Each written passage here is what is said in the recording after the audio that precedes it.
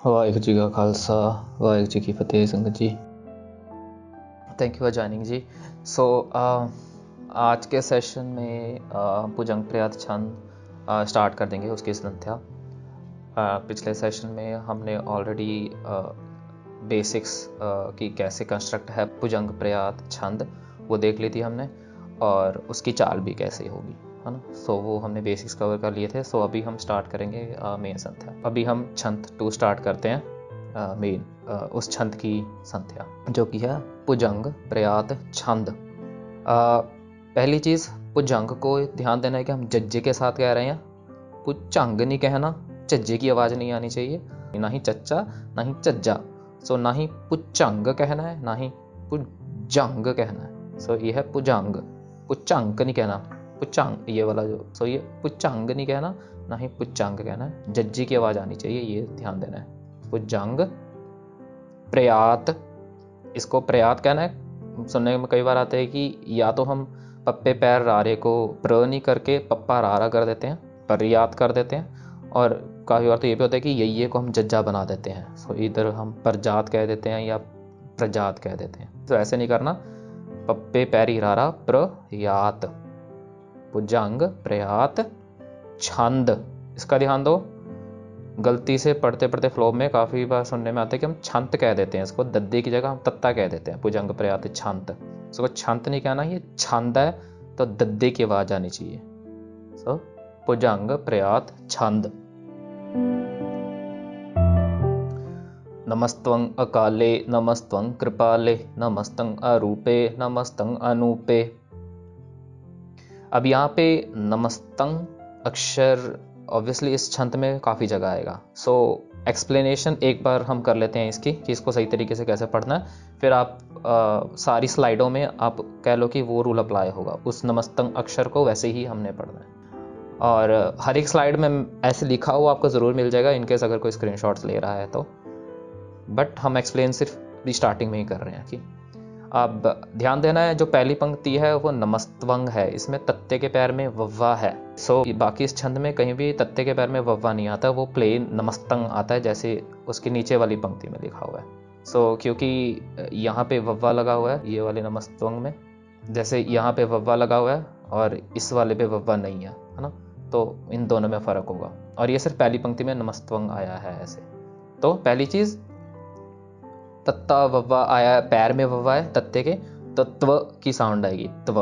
और ध्यान देना जो टिप्पी है एंड में उसको हम ग ना करें। सो नमस्त्वंग, नमस्त्वंग, ग की आवाज़ नहीं आनी चाहिए, नमस्त्वंग, त्वंग, नाक में ही आवाज़ पूरी खत्म हो जानी चाहिए आपकी, नमस्त्वंग नहीं आएगा, ग की आवाज़ नहीं आनी चाहिए एंड में, ये ध्यान देना है। इसकी आवाज़ नाक से ही निकलेगी क्योंकि टिप्पी लगी हुई है एंड में, और नाक में ही खत्म हो जाएगी पूरी की पूरी आवाज़। सो नमस्त्वंग। और अगेन ये हमने पिछले सेशन में भी देख लिया था ऑलरेडी, नमस्तंग नहीं कहना, जैसे लिखा हुआ है वैसे ही, जब मम्मा सस्सा है उसको हमने जल्दी से पढ़ना है। सो नमस्त, नमस्त ऐसे, नमस्त्वंग अकाले नमस्त्वंग कृपाले। अब यहाँ पे जो कृपाले अक्षर है कक्के के पैर में आ रहा है, तो उसको हमने कृपाले पढ़ना है, ना कि कृपाले। पूरी रारी की आवाज़ नहीं देनी इसको। और सिमिलरली जो नमस्तंग अक्षर है उसके नीचे फिर उसको हमने भी सेम रूल अप्लाई करना है। ये वव्वे के बिना है तो इसको हमने नमस्तवंग नहीं कहना, ये नमस्तंग है सिर्फ, नमस्तंग। और क्योंकि एंड में इसकी भी टिप्पी लगी हुई है तत्ते के ऊपर, तो ध्यान देना है कि हम फिर ग की आवाज़ ना आए एंड में। सो नमस्तंग की आवाज़ नहीं आनी चाहिए। सो नमस्त्वं अकाले नमस्त्वं कृपाले नमस्तं अरूपे नमस्तं अनूपे। एक और चीज़ छोटी सी फॉलो करने वाली है हर एक वर्ड में, स्पेशली एंड में, जैसे अकाले अक्षर हो गया, आप इसको एग्जाम्पल मान लो। ये जो दोनों अक्षर है कक्के कन्ना और लल्ले ला, ये दोनों दीर्घ मात्रा है। तो इसका मतलब ये हुआ कि दोनों के दोनों लंबी साउंड है और दोनों के दोनों को इक्वल जगह मिलनी चाहिए, एडे को कम मिलेगी। तो अकाले ऐसे कहना है। काफ़ी जगह यही सुनने में आता है कि हम क्या करते हैं, जो लास्ट वाला अक्षर है ना उसको हम ज़्यादा लंबा स्ट्रेच नहीं करते, मतलब जितना कक्के को हमने टाइम दिया उतना टाइम हम लल्ले पे नहीं लगाते हैं। सो वो फिर कई बार ऐसी साउंड होती है कि हम लल्ले में ए की जगह हम सिहारी लगा देते हैं। तो ध्यान देना है कि हम जो जो ला लगी हुई है उसको हम लंबा खींच रहे हैं। इस एग्जाम्पल में उतना आपको पता नहीं लगेगा शायद, आगे एक अक्षर आएगा जहाँ पे फिर मैं इसी पॉइंट पे आऊँगा कि क्यों हमको इसको स्ट्रेच करने की ज़रूरत है। जो लास्ट वाले अक्षर हैं, सिर्फ लास्ट वाले नहीं, मतलब लास्ट वाले में हम मोस्टली ऐसे करते हैं कि मिस कर जाते हैं, कि हम उसको जल्दी से छोड़ देते हैं। वो जल्दी से छोड़ना नहीं है, दोनों को लंबा खींचना ही है। सो नमस्त्वं अकाले नमस्त्वं कृपाले नमस्तं अरूपे नमस्तं अनूपे नमस्तं अपेखे नमस्तं अलेखे नमस्तं अकाय नमस्तं अजाय। यहाँ पे भी सेम चीज़ है, नमस्तं को जैसे हमने देखा वैसे ही पढ़ना है। सो अपेखे अलेखे अकाय अजाय।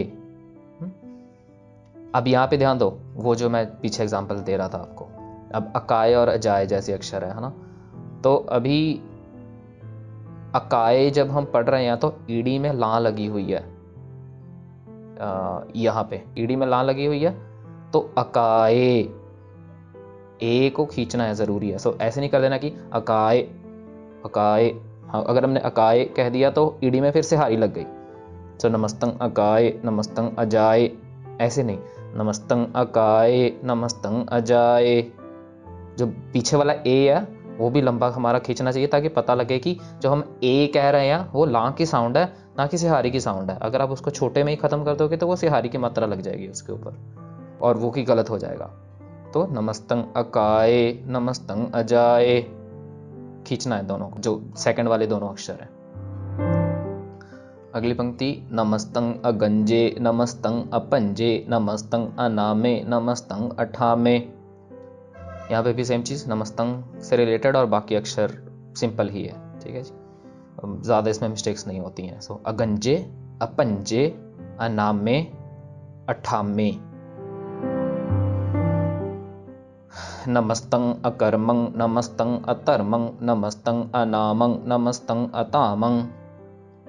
इसमें भी अगेन नमस्तं पे ध्यान देना है, और अकर्मं को ध्यान देना है कि हम इसको, जो मम्मी के ऊपर टिप्पी है ना, उसको हम टिप्पी में ही ख़त्म कर रहे हैं। जैसे हम नमस्तं अक्षर हमने देखा था, तत्ते के ऊपर टिप्पी थी तो नाक में ये वर्ड ख़त्म हो रहा था। उसी तरीके से जो अकर्मं के ऊपर टिप्पी है उसको भी हमने वैसे ही जल्दी ही ख़त्म करना है। और सेम चीज़ अप्लाई होगी बाकी चारों अक्षर के लिए। यहाँ पे जो अकर्मं अतर्मं अनामं अतामं, इसको हमने अकर्मन अतर्मन अनामन अतामन ऐसे नहीं करना। न की आवाज़ नहीं आनी चाहिए एंड में, ना ही न की और ना ही ग की।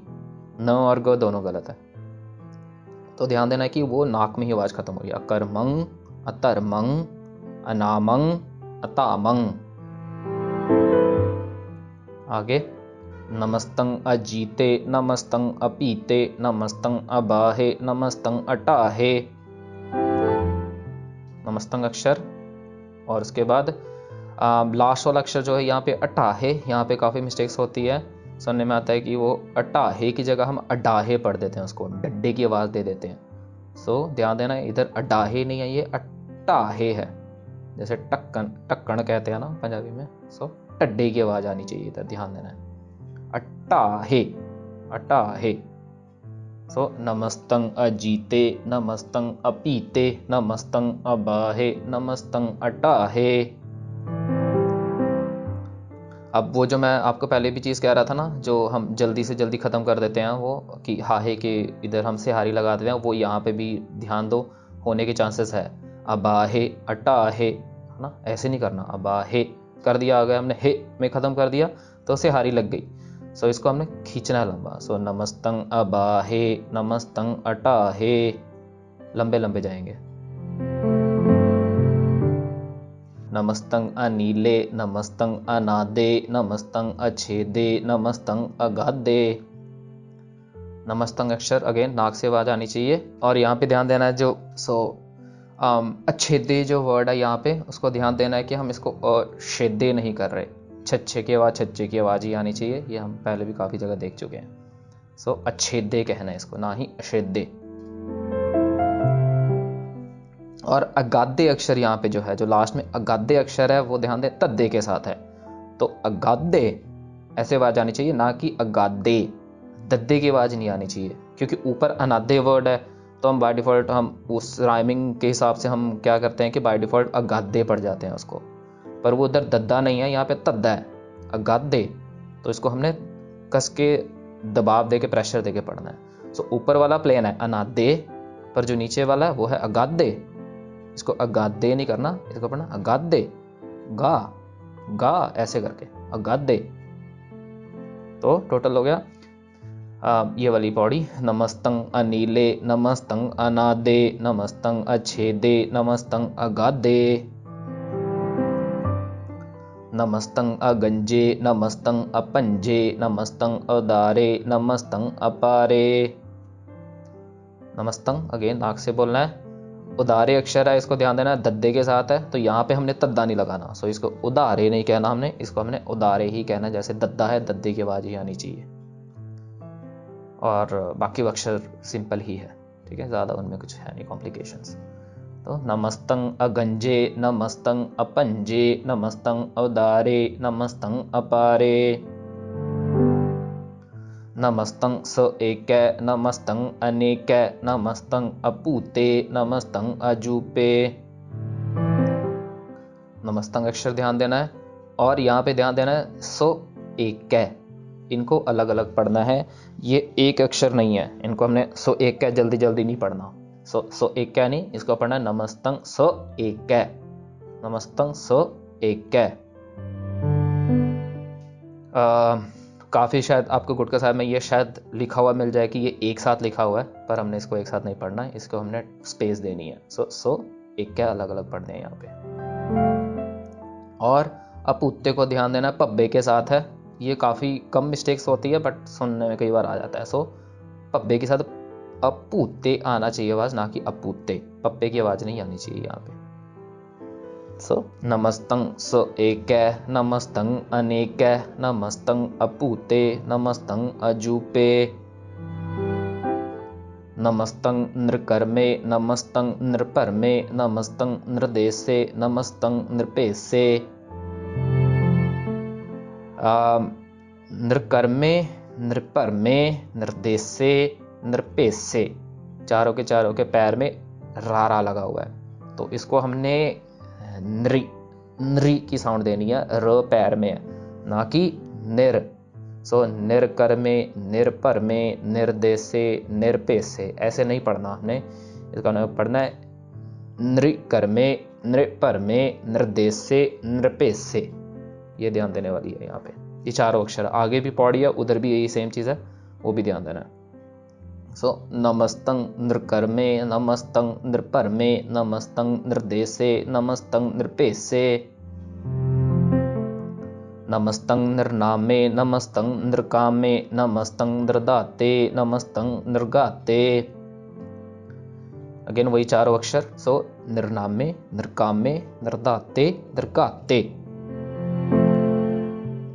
इधर निर्गाते अक्षर जो ये वाला है ना, जो लास्ट वाला, इधर भी कई बार देखने में आता है कि काफियों से ये कग्गे वाली आवाज निकलती नहीं है, और वो उसको गग्गे की आवाज दे देते हैं। सो इधर ध्यान देना, निर्गाते नहीं कहना, कग्गा, पंजाबी में कग्गे की आवाज है, तो इसको हमने कहना है निर्गाते, निर्गाते, कग्गा, ठीक है जी। सो निर्गाते नहीं, निर्गाते। सो नमस्तंग नृनामे, नमस्तंग नृकामे, नमस्तंग नृदाते, नमस्तंग नृगाते, नमस्तंग नृदूते, नमस्तंग अपूते, नमस्तंग अलोके, नमस्तंग अशोके। नमस्तंग अक्षर पे ध्यान देना है, नृदूते पे वही सेम रूल अप्लाई होगा, निर पूरा नहीं कहना, नृदूते। और यहाँ पे भी हो सकता है सुनने में आता है कि हम इस तद्दे को दद्दे की आवाज दे देते हैं, तो वो भी नहीं करना, इसको नृदूते नहीं, नृदूते, दू तद्दा है, सो दू की आवाज आएगी, निर्दूते, नमस्तंग अपूते, नमस्तंग अलोके, नमस्तंग अशोके। सस्सा विदाउट बिंदी है तो सस्से की आवाज ही आनी चाहिए, अशोके नहीं करना, इसको हमने इसको जैसे लिखा है वैसे ही पढ़ना है। सो नमस्तंग निर्दूते, नमस्तंग अपूते, नमस्तंग अलोके, नमस्तंग अशोके, नमस्तं नृतापे नमस्तं अथापे नमस्तं त्रिमाने नमस्तं निदाने। नमस्तं अक्षर अगेन ध्यान देना, इस पे नाक से आवाज आनी चाहिए। नृतापे फिर से आ गया यहाँ पे, और त्रिमाने ये भी फिर से पैर में रा रही की आवाज है। सो त्रि और नृ ऐसे आवाज ही आनी चाहिए। सो नृतापे त्रिमाने, और बाकी अक्षर तो सिंपल ही है। सो नमस्तं नृतापे नमस्तं अथापे नमस्तं त्रिमाने नमस्तं निदाने। यहाँ पे जो हैवी वाले अक्षर है ना, जो तद्दा टड्डा या कग्गा, वो काफ़ी जगह आएंगे। तो क्योंकि हमारा काफ़ियों का हिंदी बैकग्राउंड हो सकता है, तो आपको बोलने में प्रॉब्लम हो, तो उसका ध्यान देना है कि इसका अभ्यास हम ज़्यादा से ज़्यादा करें। जैसे ये निदाने वर्ड यहाँ पे आ गया है ना, इधर बीच में तद्दा है, तो इसको पढ़ने में हमारी मुश्किल हो सकती है। यहाँ पे निर्दूते अक्षर था, इधर भी तद्दा आ गया, इधर भी हमारी मुश्किल हो सकती है। इधर निर्गाते अक्षर आया था, जैसे हमने ये देखा था, है ना, इसको बोलने में भी मुश्किल हो सकती है। ये सारे हैवी अक्षर्स हैं, तो इनको ध्यान देना है कि हम इनकी प्रैक्टिस अभ्यास ज़रूर करें। अगला नमस्तं अगाहे नमस्तं अबाहे नमस्तं त्रिवर्गे नमस्तं असर्गे। त्रिवर्गे सेम रूल अप्लाई होगा, त्रिवर्गे नहीं कहना है इसको, त्रि की आवाज आनी चाहिए, त्रिवर्गे नमस्तं असर्गे। हाँ जी, बाकी सिंपल प्लेन ही है। सो ओवरऑल कुछ ज़्यादा है नहीं इसमें, मतलब कुछ कुछ अक्षर ही होते हैं जो हमको ध्यान देने वाले होते हैं। जैसे भारी अक्षर जहाँ पे बाहर देके पढ़ना है, या ऐसे एक्सेप्शन होते हैं जहाँ पे हम एक के हमने बीच में स्पेस देके पढ़ना है, ऐसी चीज़ें नोट करने वाली है। सो लास्ट पंक्ति होगी हमारी, नमस्तं अगाहे नमस्तं अबाहे नमस्तं त्रिवर्गे नमस्तं असर्गे। मैं जस्ट एक चीज़ हाईलाइट करना चाहता था, बिकॉज हमारा सबका ये मोटिव होना चाहिए कि हम जाप साहिब कंठ करें। तो एक चीज़ आप नोट कर लो, जब हम जाप साहिब कर रहे होते हैं, जितनी हमने पढ़ लिया ऑलरेडी, उसमें से ये एक पंक्ति है, या एक कह लो कि एक पोर्शन है जो रिपीट हो रहा है। नमस्तं अगंजे नमस्तं अपंजे चौथी पौड़ी में भी आया है, फिर नेक्स्ट जाके 8वीं पौड़ी में भी आया है। तो पॉसिबिलिटी ये है कि आप यहाँ से फिर लूप में फंस जाओ। तो ध्यान देना है कि ऊपर वाला अगंजे अपंजे के बाद नमस्तं अनामे अठामे है, उसके नीचे जो 8वीं पौड़ी में फिर से नमस्तं अगंजे नमस्तं अपंजे आता है, उसके नेक्स्ट फिर नमस्तं उदारे नमस्तं अपारे है। तो ध्यान देना है कि अगर आप अपने आप को इस पौड़ी में ही आपको लगता है कि आपका कहीं कहीं लूप हो रहा है, आप घूमते ही जा रहे हो वहाँ पे, तो आप ये चीज़ है जिसको नोट कर सकते हो। तो ऐसा हो सकता है कि आप नमस्तं अगंजे नमस्तं अपंजे पढ़ के फिर आप नमस्तं अनामे नमस्तं अठामे में चले जाओ, फिर आप ये पढ़ के यहाँ तक 7वीं पौड़ी कंप्लीट की, फिर आप 8वीं पे आओगे, फिर आप ऊपर चले जाओगे पढ़ के, तो ऐसे फिर लूप खत्म ही नहीं होगा हमारा। तो ये ध्यान देना है अगर जो स्टार्ट कर रहा है अभी सिर्फ कंठ करने की, ठीक है। ये एक पॉइंट नोट करने वाला है कि ये यहाँ पे रिपीट है। एक छोटी सी चीज़ मैं ऐड ऑन कर दूँ, पूरे जाप साहिब में हमको ये ध्यान देना है कि ज़रूरी नहीं है कि आपको हर एक पौड़ी के बाद सांस लेनी है। आपका फ्लो के ऊपर डिपेंड करता है। अगर आप तेज़ पढ़ रहे हो तो आप कंबाइन भी कर सकते हो, जैसे 2-2 पौड़ियाँ पढ़ के आप अपना सांस लेते हो बीच में, है ना, वो भी कर सकते हो। बिकॉज इसकी चाल ऐसी है कि ऐसे नहीं होता है कि आप बीच बीच में कहीं पे भी सांस ले लो, क्योंकि वो जब फ्लो बन जाता है तो आपको एक स्पेसिफिक जगह होती है जहाँ पे कि आपकी सांस खत्म ही हो जाती है, फिर आपको लेना पड़ता है। नहीं तो ऐसा लगता है कि रुकने का वो मन सा ही नहीं करता है, क्योंकि चाल ही ऐसी है उसकी। तो अगर आपको जब भी सांस लेनी है ये छंद पढ़ते टाइम, ऑलवेज ट्राई कि पौड़ी के एंड में हमारा सांस हो। क्या अगर आप 2 एक साथ पढ़ रहे हो, पौड़ी 2 और 3 एक साथ पढ़ रहे हो, तो ध्यान दो कि 2-3 करके जो 3 वाला जो 3 लिखा हुआ आता है उसके बाद ही आप सांस ले रहे हो। यहाँ जैसे ये वाली पंक्ति है, इस पंक्ति के बाद भी अवॉइड करो कि आपका सांस ना आए। जैसे हमने एक पौड़ी की हमने ये ऊपर वाला एक पोर्शन पढ़ लिया है ना, ट्राई करो कि हमारा सांस यहाँ पे ना आए, सांस हमारा वहीं पे आए जहाँ पे ऐसे नंबर लिखा हुआ है कुछ भी, विच रिप्रेजेंट के वहाँ पे एक पौड़ी खत्म हो गई है, ये चीज़। और अगर आप ऐसे करके यहाँ पे ख़त्म कर देते हो तो ये और भी ज़्यादा गलत है। जैसे आपको ऐसा लगा कि आपको सांस आपकी फूल गई, आपको यहाँ पे रुकना पड़ गया, तो इससे अच्छा है कि आप उसके पहले ही रुक जाओ, उसके पहले वाली पौड़ी में, इस पौड़ी तक पहुँचो ही ना, तो वो आपका फिर फ्लो बना रहेगा। नहीं तो आपका जब फ्लो टूट जाएगा तो वो आपकी वो चाल भी ख़राब हो जाएगी। सो ये ध्यान देना, हमारा जब भी हम सांस ले रहे हैं, हमारी पौड़ी का जब हमें कोई नंबर दिखता है तो आप उसके बाद ही लो, या 1 के बाद ले लो, या 2 के बाद ले लो, या 3 के बाद ले लो, जिसकी जितनी सांस रोकने की कैपेबिलिटी है अब डिपेंड करता है उसके ऊपर। हाँ जी, किसी का कोई सवाल?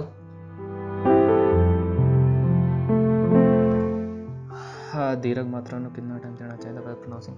कुछ टाइम ऐसा चाहना स्पेसिफिक है नहीं बहन जी कि आपको कुछ इतना टाइम देना, इज जस्ट दैट कि खींचना ज़रूरी है। जैसे हाहे में ला वाले अक्षर हम देख रहे थे, तो हम मोस्टली क्या करते हैं कि उसको जल्दी ख़त्म कर देते हैं, तो वो ध्यान देना। जैसे अबाहे, अगर इसको अबाहे नहीं करना, ना ही अटाहे करना है, और ध्यान देना अबाहे अटाहे, ऐसे आवाज़ आ रही है कि पता लगे कि अगर कोई सुनने वाला है तो उसको पता लगे कि हाहे के ऊपर ला लगी हुई है, बस इतना मोटिव होता है। अगर मैं आपको अबाहे कह दूं, आपको पता लग जाएगा कि मैंने हाहे में से हारी लगाई है, पर अगर मैं कहूँ अबाहे, तो आपको ये भी पता लग जाएगा कि उसके ऊपर ला की मात्रा लगी हुई है। सो बहुत उतना स्ट्रेच करो कि आपको खुद भी लगे कि आपने ला की आवाज़ दी है, और सुनने वाले को भी पता लगे कि ला की आवाज़ वहाँ पे निकली है, ना कि हम अबाहे अटाहे ऐसे कर दें। सो अबाहे अटाहे, बस उतना है। नेक्स्ट फिर हमारा होपफुली ये वाला छंद ख़त्म हो जाएगा अगले सेशन में, ठीक है जी। फिर हम अगला छंद देखेंगे उसके बाद। सो भुलां चुकां दी क्षमा जी। वाहिगुरू जी का खालसा, वाहिगुरू जी की फतेह।